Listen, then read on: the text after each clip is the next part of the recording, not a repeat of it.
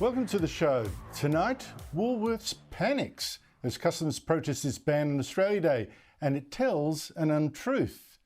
Plus, another triumph for Donald Trump means Kevin Rudd might have to now be sacked as our ambassador. His mouth has caught up with him. The Prime Minister, now, Anthony Albanese, who will no wonder is pleased, and seriously, a gay festival that asks children to do what the sign says, while men prance around dressed like sperm. I mean, seriously. And I respond to a lawyer threatened to sue me over last night's show. But first, so Anthony Albanese now breaks his third big election promise. Can anyone still trust this Prime Minister? After this backflip now on the stage 3 tax cuts. 3 broken promises, 3 strikes. Isn't that out? Now, even before today, Albanese had a credibility crisis. It had already broken this promise before the election not to make changes to superannuation. Do you rule out any increases to super taxes and changes to caps? We've said we have no intention of making any super changes. Instead, once Albanese was voted Prime Minister, he did change super, slapped an extra tax on super balances above $3 million. Then, as you all know, there's this broken promise. Reducing power prices by $275. By 2025, $275 a year. $275 a year. We'll get power prices down by $275 a year. Yes, Albanese put a deadline of next year on that promise, but most electricity bills have already gone up, not down, by 20%. And there's zero chance that they're going to fall to what Albanese claimed. And now, today, once again, Albanese sold his snake oil before the election that, of course, he'd deliver the stage 3 tax cuts that became law 4 years ago and are due this year. Of course you'd get them. My word is my bond. People are entitled to have that certainty of the tax cuts that have been legislated. Do you remain committed to them, and will you continue to support the stage 3 tax cuts? They've been legislated. We support them. We stand by that. And to make absolutely sure that voters swallowed that hook, Albanese issued a press release. An Albanese Labor government will deliver the same legislated tax relief to more than 9 million Australians as the Morrison government. Except it won't. And I bet it never meant to. Instead, Albanese seems about to announce these changes, basically not scrapping the 37% tax bracket, the second highest. And these changes would mean that people on more than $190,000 a year will get just half their promised cut, more than $4,000 less, a fraction of the taxes stolen from them over the years by bracket creep, by inflation. But people on less, yes, they will get a bit more. And the government will think that this Robin Hood Act will buy them forgiveness because, hello, there are more voters who are going to get a little more than there are who are going to get a lot less. But Albanese has overlooked 2 things. One is a golden rule of politics. Governments get more hate from voters for what they take away than love for what they give. And the second rule is even more golden. In politics, trust is everything. Voters cannot forgive politicians who seem out of their control, who do what they want and not what they promised. Now, Albanese already is leaking credibility. His first big promise on the night that he was elected was actually another promise he couldn't keep. I commit to the Uluru Statement from the Heart and Cold. Now, sure, Albanese did try to deliver the first bit of that promise, to divide Australians by race and create a voice in Aboriginal-only advisory parliament in our constitution. But Australians voted against that. And Albanese lost a huge amount of credibility by wasting so much time during a cost of living crisis, an idea so racist and dumb and remote from the worries of most voters. Now he's saying he's got the message, he is the man to cut your cost of living with these tax cuts. My job isn't to say, oh, I'll just wring my hands about cost of living pressure that people are feeling. My job is to respond, to seek advice and then to make a difference. By the way, Albanese's changes mean this also isn't the tax reform we needed to boost efficiency either. the 37% tax bracket stays, meaning the government is going to collect more billions from bracket creep every year. Still, some voters will prefer Albanese's changes. They'll say they're fair. Well, fair? The so-called rich who pay most of the tax already had to wait years while poorer Australians got their stage 1 and stage 2 tax cuts and credits. And what exactly is fair about Albanese cheating his way to an election win by making promises he won't keep? That's not fair, that's wrong. Now, yes, some Australians are going to gain from Albanese's changes, but Albanese will lose. Joining me are Cameron Milner, former Chief of Staff to Labor leader Bill Shorten and now Director of GXO Strategies, and Michael Costa, former New South Wales Labor Treasurer. First of all, Michael, is this a broken promise? No, Andrew, there's no doubt it's a broken promise. What I think is more significant is we're seeing Albanese go back to the eat the rich placards that he used to run around with when he was a young left-winger in the Labor Party. I mean, the issue here is, yes, it's a broken promise, but it also doesn't address the very fundamental issue that he's talking about, that is cost of living. For those, if you believe the numbers that are floating around, for those that are in the bottom end, you might get enough for a pie a week, and if you're in the middle, you get 2 pies and a coffee. I mean, if he really thinks that's going to address the cost of living pressures that people are under, he's kidding himself. So he's going to face a double whammy here. One, he's broken his word. The trust issue is going to be paramount in any coming election campaign, but more importantly, he's not going to address the issues that he wants. And, you know, what's worse about all of this is that he had an option, and I think the option was to have more targeted cost of living measures out of the budget surplus and allow these tax cuts, which were legislated, to go through. Right. And they would have been time limited. And once the inflation came down, you would have been able to deal with it. The other thing is this package is mildly inflationary. Let me go to Cameron Milner. Cameron Milner.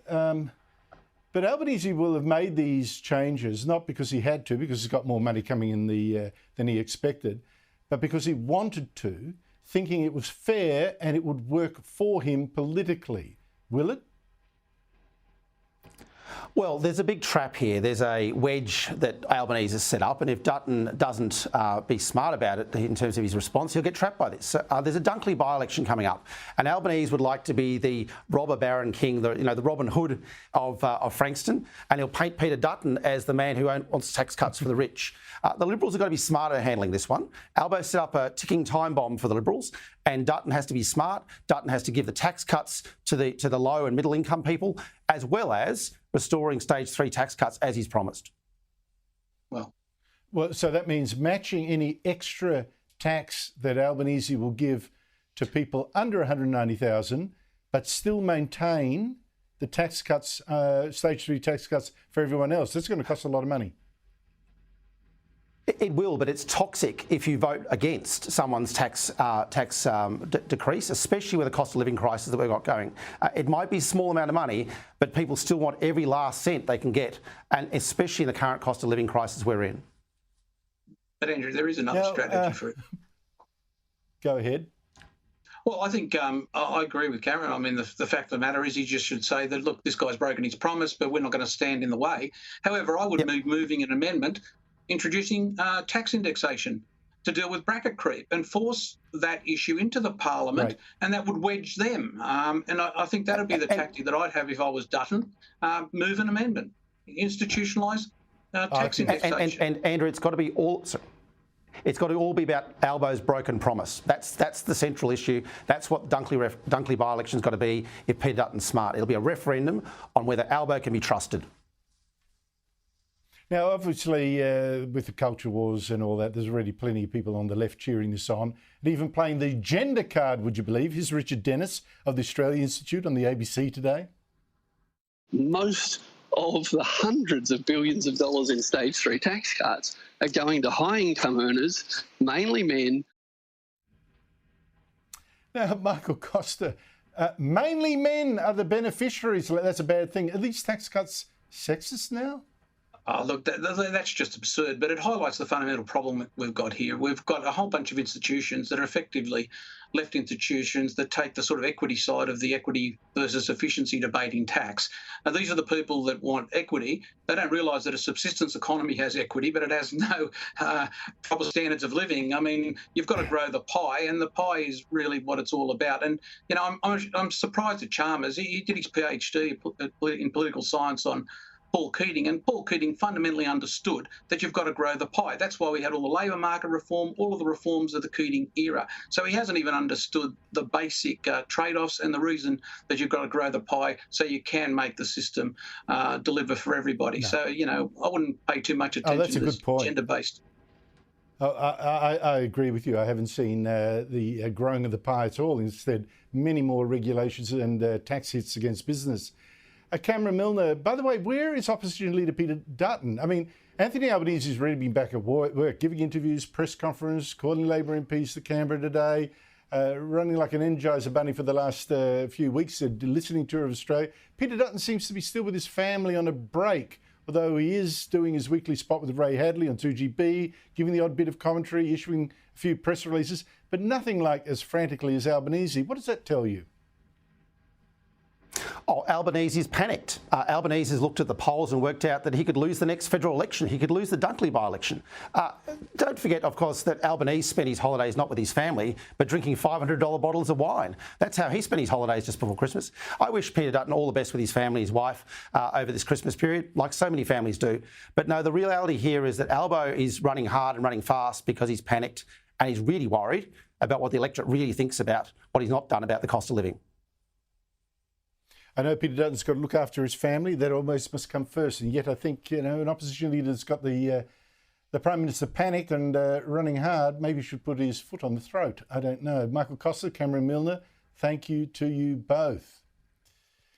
And just quickly, there was another win today for Donald Trump in the New Hampshire primary. And Kevin Rudd should now get ready to pack his bags. You see, the closer Donald Trump gets to winning the White House again in November, and he is the favourite, the closer Kevin Rudd gets to losing his job as ambassador to Washington, the job that Prime Minister Anthony Albanese foolishly gave his mate against the wishes of Foreign Minister Penny Wong. Now, here's the problem with Rudd if Trump really does become president again. How can Rudd, Australia's ambassador, ask President Trump for favours for Australia when he's previously called Trump a traitor, the most destructive president in history, a man who drags America and democracy through the mud, who abuses Christianity to justify violence, in fact, a madman? I think the general consensus amongst anyone concerned with the public policy process, domestic or international, thinks he's nuts. Now, appointing Rudd is another massive bad call by Albanese. But would he dare sack Rudd, who has knifed even former colleagues he thinks have done him wrong? But to that New Hampshire primary today, it's the second of the states to allow the Republicans to choose their candidate in the November election. Trump had a smashing win in the first in Iowa and caused his biggest rival, Florida Governor Ron DeSantis, to quit the race, leaving only Nikki Haley, the former US ambassador to the UN, running against him. Joining me is John Hinderaker of the Powerline blog, who's also president of the Centre of the American Experiment. John Hinderaker, thank you so much for joining me. What's just happened in New Hampshire? Well, Andrew, on the Republican side, the polls once again held true, and Donald Trump beat Nikki Haley, really his last significant competitor, pretty handily. The last numbers I've seen, 56% to 43%, a 13-point margin. On the Democrat side, there was a write-in campaign mounted for Joe Biden. And this is an opportunity for Dean Phillips, the congressman from my state, Minnesota, to try to really make a good showing. But it didn't happen. Joe Biden is getting about 67% of the vote with write-ins, and Dean Phillips only about 20%. 20% is not bad, but he's going absolutely nowhere. But let's stick with Donald Trump's win. Now, people will say, well, Nikki Haley's vote, I mean, in the 40s, that's pretty good. But they forget that New Hampshire is, in fact, a very left-wing state, and people who aren't Republicans could also vote in it. So, that bumped up her figures. The rest of the country is looking pretty dire for her. She still says, I'm in it. There's still other states to go. I'm not finished. But she is, isn't she?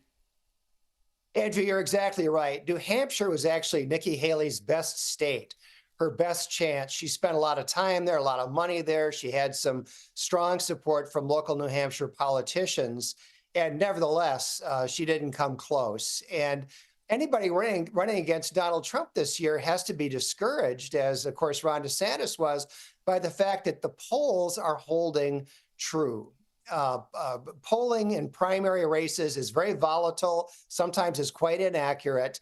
But this year, the polls showing Donald Trump winning are 2 for 2, and it's very hard to see a path to victory for Nikki Haley. Now, summing up, how does this look now to you, the whole race? Because it seems to me quite clear Donald Trump, barring accidents, death, jail, whatever, will challenge Joe Biden for the presidency in November. Is that how you see it, and how do you expect it to end? Andrew, it's really crazy. This is the race that nobody wanted to see. If you look at the polls, very, very few Americans wanted a rematch of 2020 with Joe Biden and Donald Trump. The Democrats would love to get rid of Joe Biden, but they can't do it. And it looks like, once again, we're going to have Joe Biden and Donald Trump. Well, but who will win that contest then? I mean, they say they don't want it, but Donald Trump's been an unstoppable force. And I wonder if it's unstoppable come the November election. Well, we'll see, Andrew.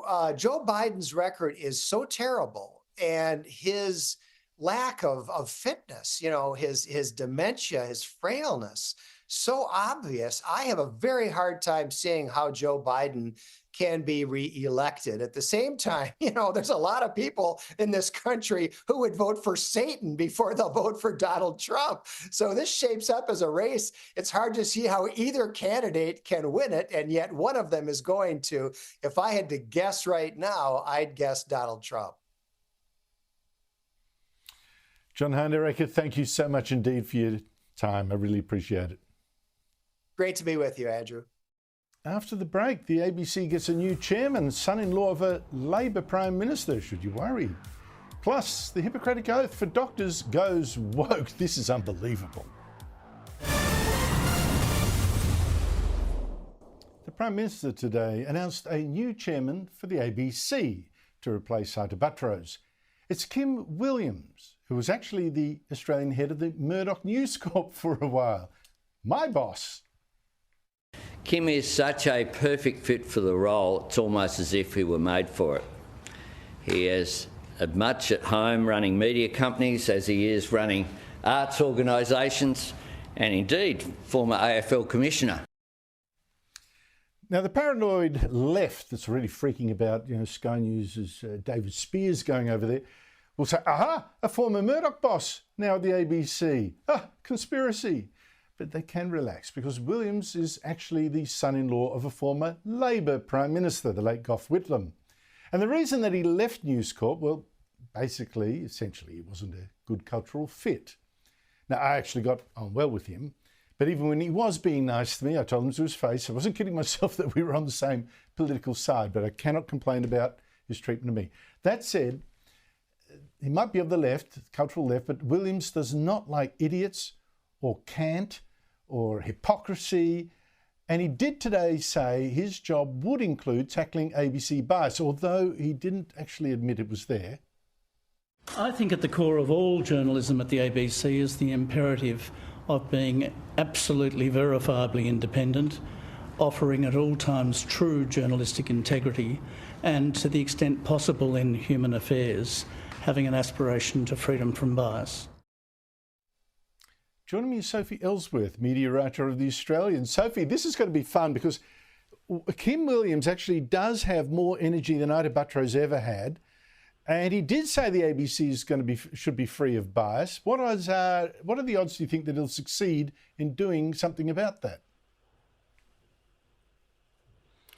Well, Andrew, great to be here. And look, let's be frank, he has an almighty challenge on his hands with the ABC.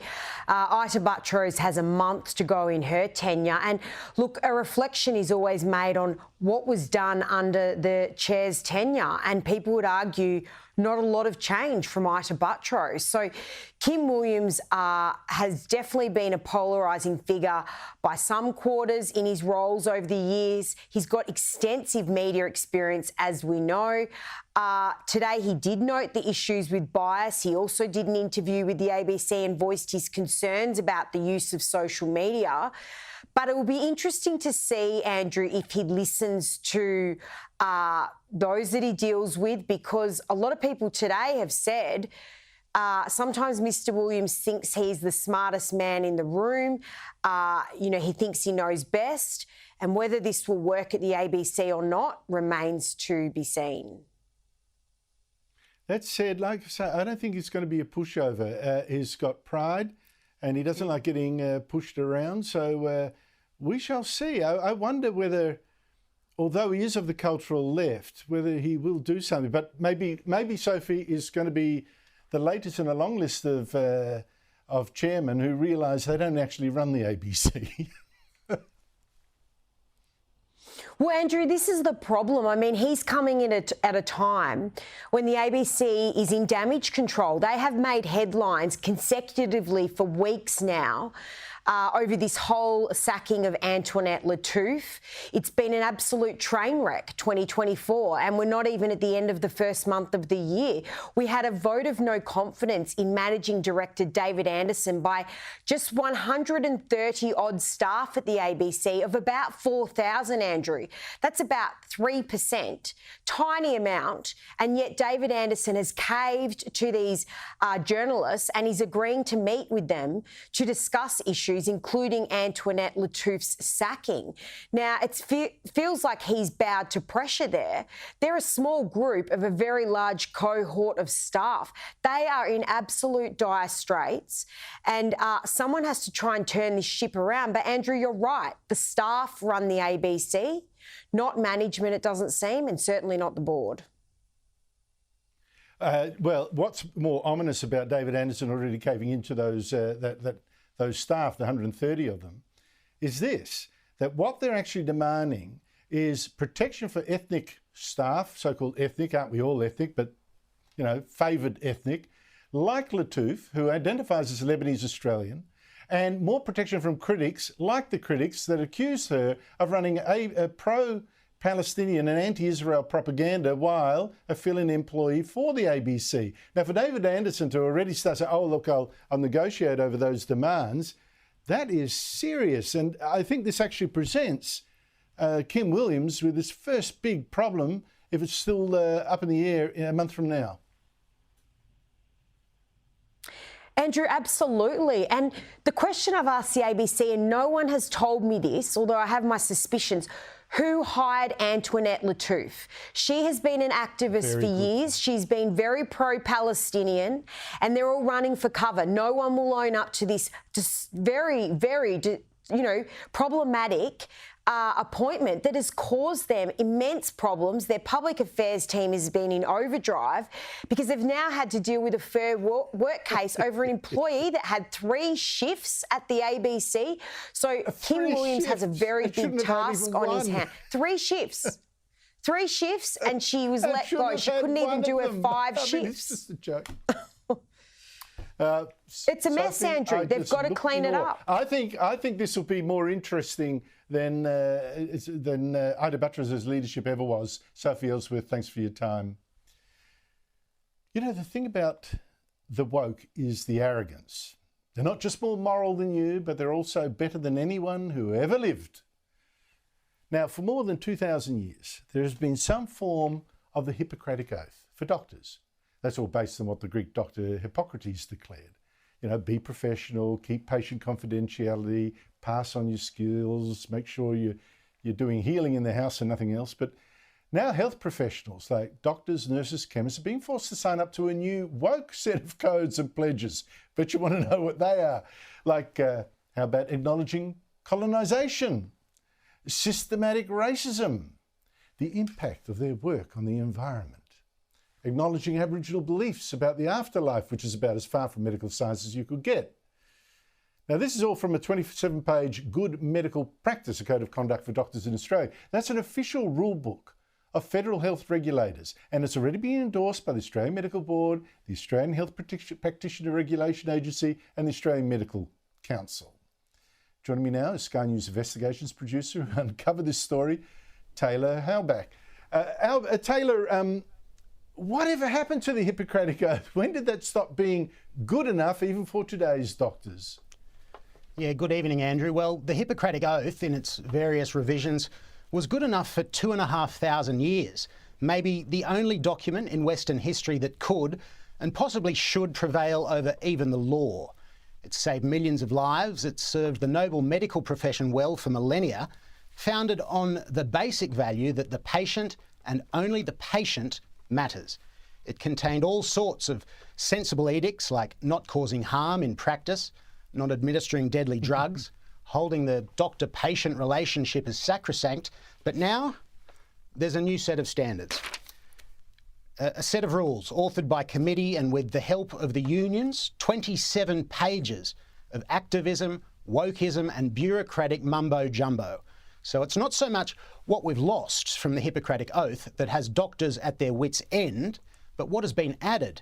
Listen to this. Since 2020, as you mentioned, it's been official policy of Australian government health regulators to instruct doctors to ensure not patient safety, but, quote, cultural safety by acknowledging colonisation and systemic racism, social, cultural, behavioural and economic factors which impact individual and community health. Now, that goes against just about everything Hippocrates stood for. But wait, there's more. Of course, doctors no longer live by that famous creed, first, do no harm, but have to, quote, acknowledge cultural, historical and behavioural factors and have respect for the diverse cultures, beliefs, gender identities, sexualities and experiences of people. Unsurprisingly, Andrew, the doctors we've spoken to have, well, they've had enough. I'm concerned about the future of medicine, that it's affecting training, it's affecting whether doctors are even willing to enter hospital-type environments where these bureaucratic practices have reached extreme levels. Have you timed this? Now, the federal government's manifesto was developed from the World Medical Association's International Code of Medical Ethics and is meant to be read alongside it. That document consists of 40 principles, including an instruction to, quote, practice medicine in ways that are environmentally sustainable with a view to minimising environmental health risks to current and future generations. Now, if you're wondering if the World Medical Association is in safe hands, here's a look at the newly installed president, Dr. Loujain Al-Qodmani, who took over on October 6 last year. And remember, that's a day before the Hamas terror attacks on innocent Jewish Israelis. And we'll have more on that in a moment. Climate change isn't an environmental issue. It's a health emergency. Around 2.2 million children face its impact. And by 2030, over 100 million people could plunge to extreme poverty because of climate change.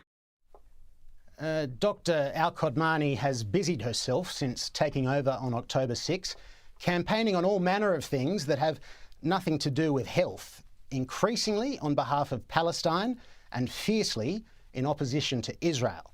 Here's a tweet from her timeline where she seemed to endorse an article blaming, quote, Israel's war on rising CO2 emissions in the region.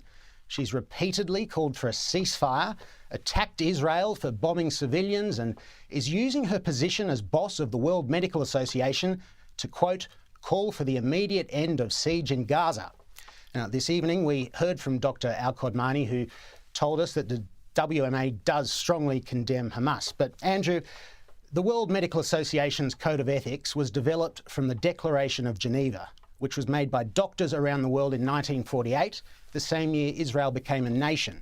It was drafted in response to the medical crimes inflicted by Nazi doctors on Europe's Jews. The term, look how far we've come, is bandied around a lot these days, but take a look at the state of the World Medical Association, from whom the Australian federal government takes ethical advice, and you have to ask, in what direction? Back to you, Andrew. Taylor, I'm just staggered. You've robbed me of words. I mean, seriously. So now doctors are into giving lectures on politics and Palestine before they take your temperature? Is that how it's all going to go? Taylor Albach, a terrific report. Thank you so much, mate. After the break, one of America's top generals blasts the Albanese government for burying its Taipan helicopters rather than sending them to Ukraine. He can't believe it. Now, we tend to live here in a bubble far from the rest of the world, acting like war. What war? Meanwhile, democracies closer to the firing line are getting ready to defend themselves from the new alliance of tyrannies. It's Russia, it's China, it's Iran, and it's North Korea. Now, in Sweden, on Russia's border, its Minister for Civil Defence and its head of the armed forces both warned Swedes to get mentally prepared for war. In Germany, the Defence Minister warned all of Europe to be ready for war too by the end of the decade. In fact, NATO, the defence alliance that includes the US, Canada and most of Europe, will now hold its biggest defence exercise since the Cold War more than 30 years ago. 90,000 troops. Here's the commander of those forces. The alliance will demonstrate its ability to reinforce the Euro-Atlantic area via transatlantic movement of forces from North America. This reinforcement will occur during a simulated emerging conflict scenario against a near-peer adversary. Joining me is a man who once had a big say in exercises like this, General Jack Keane, a retired four-star general who served as Vice Chief of Staff of the United States Army. He's now chairman of the Institute for the Study of War, and I talked to him a short while ago. General Jack Keane, thank you so much for your time. Are these warnings of war exaggerated? Are these preparations, these massive NATO exercises, over the top? No, not at all in my judgment. These are very real concerns. What has happened when you look at it from the perspective of the United States and also to include our allies and partners, we have lost the capability to deter our adversaries. And we're talking about China, Russia, Iran, and North Korea. Those four countries, while they all operate in terms of their own national interests as a priority, they are cooperating and collaborating with each other because they have a common interest. And that is to take advantage of the opportunity and vulnerabilities that the United States and the West is offering. They believe that we lack the political will and political resolve. And I think there's some evidence there to support that. So very much so, we are in danger here. If we had to go to war with China today, we are challenged to win that war, Andrew, and we could likely lose it because the Chinese, when we get within 1,000 miles of their coastline, they have a military advantage over the United States and our allies. That's the reality of it. And it's not disputable in my judgment. Also, we haven't been able to deter Russia. Russia is so triumphant as a result of what they believe the United States and Europe are now displaying, a lack of commitment and political resolve to see the war in Ukraine through, that they believe they will eventually have a total victory over Ukraine. And then they have designs on Eastern Europe, particularly the Baltic area. And they are making plans for that and setting the conditions for it. Iran and its proxies are destabilizing the Middle East. There's obviously a war there with potential for it to expand rather significantly. And I go back to my original point. The United States has lost its ability to deter our adversaries. Now, about this alliance of tyrannies that you mentioned, another front in this growing war with that alliance, that's Israel's war with the Hamas terrorists who are backed by Iran and they control Gaza. Israel on Monday had its deadliest day since the Hamas attack that started this on October 7. 24 soldiers killed. So far, they've only managed to kill an estimated 1/3 of the Hamas soldiers. The promise was to wipe them out before they stopped. How is this war going, and how long can Israel keep it up with the US, an element of what you're suggesting already, getting exhausted with defending Israel, pushing it to stop? They have been very successful in extinguishing most of the rockets and missile attacks that were so dominating at the beginning of the conflict. And they have taken control largely of northern Gaza. But the reality is that there's much left to be done, obviously, with 2/3 of the fighters still remaining, and the overwhelming majority of their top echelon of leaders are still alive, and obviously in hiding and likely very close to those hostages. When you look at it and project Israel forward, they are going to be challenged to accomplish the military task assigned to the IDF by Prime Minister Netanyahu. That is to destroy Hamas, his entire fighting network and its infrastructure, and certainly remove it as a governing entity. Removing it as a governing entity is not a challenge, but destroying it is going to be a challenge. They can defeat them.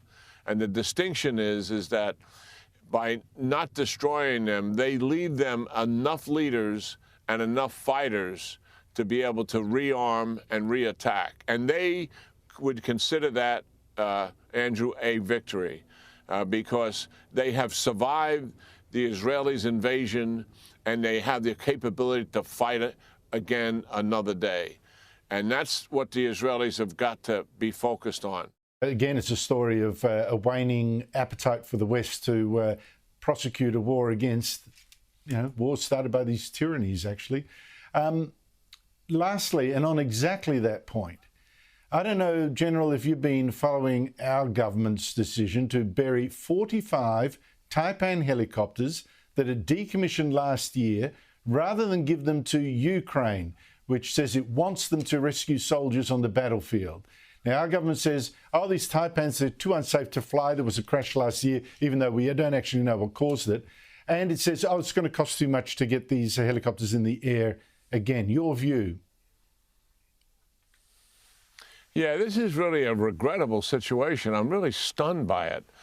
I mean, Australia would rather just break these helicopters apart and bury them as opposed to give them to the Ukrainians who are fighting a war for their very survival. And we have noted at the Institute for the Study of War a very dramatic difference in the Ukrainians' casualties and how they're processed by comparison to what the United States and our allies did in Afghanistan and in Iraq. They don't have significant medical evacuation where you can get someone off to the battlefield very quickly, stop the bleeding, treat for shock, and then get them to a surgeon's table. That was something we were able to do quite successfully in both of those wars, and they don't have that ability. So here they're asking for it. It would seem to me, at a minimum, what we could have done is just figure out, well, how many of these helicopters can we cannibalize together and ensure they have good parts? Maybe we don't give them 45, but we give them a lesser number of that. And also invite the Ukrainians over to take a look at the whole system and what we're providing them and make sure it's acceptable to them. But I think it absolutely would be, because they have nothing. And they're asking for something here. And I just can't get my head around it, Andrew, that we would rather bury these helicopters than give them to the Ukrainians for the medical evacuation of their wounded soldiers. Well, General, you wouldn't be the only one that's just absolutely staggered by this decision. I understand at least a dozen helicopters could quite easily be reassembled and given to the Ukrainians, and an Antonov could be even sent to come and pick them up. General Jack Keane, thank you so much indeed for your time. Really appreciate it. Yeah. Great talking to you, Andrew, as always. Thank you. After the break, keep up the pressure. Woolworths is buckling to people power. Now even claims there's no ban on Australia Day. I'll cut through that spin with the panel. Plus, my response to a lawyer threatened to sue me for what I said last night. Good news, people power is working. Woolworths is buckling under the pressure from shoppers furious at its ban on Australia Day merchandise. Here's the Woolworths boss, Brad Banducci, today pleading for peace.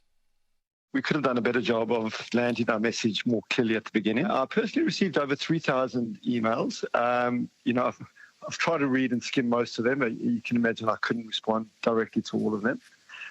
And then in team incidents, unfortunately, there's been a 50% increase in the number of incidents in our stores of reported acts of rudeness or as I say, aggression. Now, aggression to Woolies staff, that's totally out of order. It's not their fault. It's the bosses. So, But Woolies is being sneaky. It's placed full-page ads in the papers today claiming we aren't trying to cancel Australia Day. The decision to stock this mostly imported Australia Day merchandise has to be made almost 12 months in advance. As a business decision, it doesn't make commercial sense. But a week ago, Woolworths was actually telling customers who complained about this ban, this was really about respect. It said, we recognise the national holiday, but also respect that Australia Day means different things to different parts of the community, and we want to show respect to all those who come into our stores. Joining me, Daniel Wild, Deputy Executive Director of the Institute of Public Affairs, and Evelyn Reyes, Sky News presenter and regular commentator on The Bolt Report. Evelyn, now if this ban on Australia Day merch was really because there was no money in selling it, why did Woolies then complain or tell customers who did complain that it actually wanted to respect that Australia Day? Respect that it meant different things to different people. I don't know. Why make it a political answer to a question that it now says was just about dollars and cents?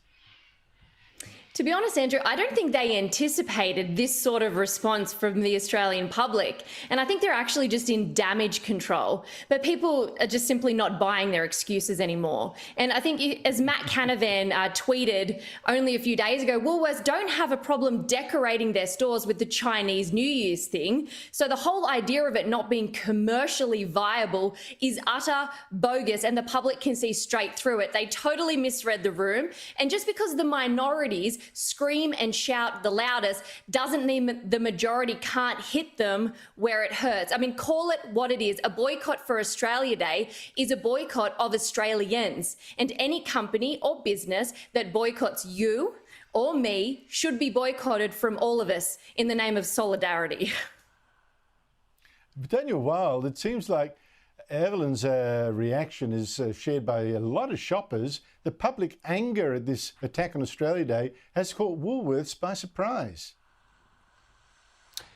Well, that's right, Andrew, and clearly the CEO of Woolworths has been caught out. We've released some polling today which shows only 20% of Australians believe that the decision by Woolworths was a commercial one, with 2/3 believing it was political or a partly political decision, in addition to the fact that only 1/3 support the decision of Woolworths to remove those items to begin with. So they've clearly got this one wrong. And as you said at the start, Andrew, people power has worked. You and I were talking about this last week, Andrew, when you asked, can we fight back? Can we win? And the answer is, well, yes. And here's an example. We've seen a partial back down from Woolworths, albeit with mealy-mouthed statements as you just outlined. We also had a partial back down from Cricket Australia, who said, well, they will announce that it is actually Australia Day at the Gabba test on Friday. So this is important. It's the product of mainstream Australians pushing back, and it's also the product of important political leadership by Peter Dutton, who belled the cat on this. And I'm quite confident that we'll have, many more of these events unfold as mainstream Australians become more emboldened to take the fight to these big corporates. What's interesting about those stats from Daniel Wild's Institute of Public Affairs, Evelyn, is that now the public don't support the ban and they don't believe Woolworths either. I mean, it's a double whammy for Woolworths. They think they're lying as well as anti-Australian. They just don't get it, Woolies. How can you be a corporate selling to customers and you don't understand them as something as fundamental as this? Look, I think the big corporations, I think celebrities, I think the elites, I think our politicians, I think they've been misreading the room for a very long time. I think that, the silent majority are finally coming into their era. And I honestly, bring it on. I cannot wait. I mean, look what happened to Bud Light in America. That was a big movement. They hated something that they saw, and the consumers told them exactly what they thought. And I think it's great that the Aussie battlers are now getting in and telling everybody exactly what they think, and perhaps people with money should start listening, because they'll possibly start losing it if they're not careful. Bring your flags to the MCG, I say. Wear your Australia Pride T-shirts. at Woolies if you shop there, but actually shop somewhere else where they're more patriotic. Now, apologies for the language that some parents may not like. The taxpayer-sponsored Midsummer Festival, that's Australia's premier queer arts and cultural festival, right, is on in Melbourne. And check out the advertising on the fence of a children's game to hop in a kind of pool, asking kiddies to find the sperm in 30 seconds. And while children do bob around looking, a couple of men dressed in sperm costumes caper next to them. Daniel, you're a keen judge of a well-spent dollar. Is this good, clean, fun use of the taxes we pay? Well, Andrew, obviously, if you're an adult and you want to undertake that behaviour, that's up to you. But a couple of things. Clearly, firstly, this is not the kind of thing that most Australians would think is a good use of taxpayer dollars. And particularly when you're involving children in this, that's something that's just fundamentally inconsistent with the views of most parents. Now, if this was isolated, you might say, well, okay. But we see, the content that's being put to children in schools or what they're exposed to online. There's a lot of issues around this, and I think most parents would rightly be very concerned, not only that this is taking place with clear view of children, but also that their taxpayer dollars are being used to undertake these activities. Well, that's the issue. Have a gay pride thing, that's wonderful. I'd go as well. But please, try to act like adults. Daniel Wild, Evelyn Ray, thank you so much to you both. Now, that little message. Hotshot lawyer Adam Huda said he's now going to sue me and Sky News for mentioning him during a discussion last night on hatred against Jews. Now, actually what I said was that Huda had posted this complaint that's gone viral. Please tell me this is not true, Prime Minister. Is the Executive Council of Australian Jewry receiving $27.5 million in government grants paid for by the taxpayer? If it is true, then why? Now, I said if Huda just bothered to look it up, he'd find that money was actually to enhance security for Jewish communities, especially Jewish schools and preschools, which are now terrorist targets. And that Muslim bodies had also got $25 million, although they're in nothing like the same danger. And I also said that Huda had posted that anyone supporting the supposedly terrorist genocidal criminal state of Israel is a sack of shit, devoid of humanity. Israel is committing a genocide. Israel is a Nazism of our times. Now, I referred to comments under Adam Huda's posts. Now, if you want to see the depths of Jew hatred in the left, you just look at the comments under this guy's posts. On deeper reflection since, I wonder what hatred is driving Huda, because he says he's not a Jew hater. Well, let's now look at some of his other tweets. He has said this about the Jewish homeland: supporters of vile Israel are trash, gutter trash, sewer rats. Or this, we, the Zionist way, it's all about them, and to hell with any non-Jew whose lives mean nothing. Or this, everything Israel tells you is a lie, everything evil, sewer rats. Or this classic Jewish conspiracy theory, the arrogance of mainstream media controlled, influenced by Zionist Jews. Or this, again with the Jewish conspiracy, could Prime Minister Albanese please retake control of our country? Outside looking in, Jewish Zionist lobbies are dictating, controlling our foreign policies and media. Enough. Or this, I'm sorry, but Israel's crimes against humanity need to be exposed. They are effing putrid animals. Or this tweet, responding to a Huda tweet about Jewish lawyers, a response that Huda liked, although did not write. We live among the dirtiest human group in history, and we are living in the worst era ever. There are pages and pages and pages of this stuff. I'll go through more of it.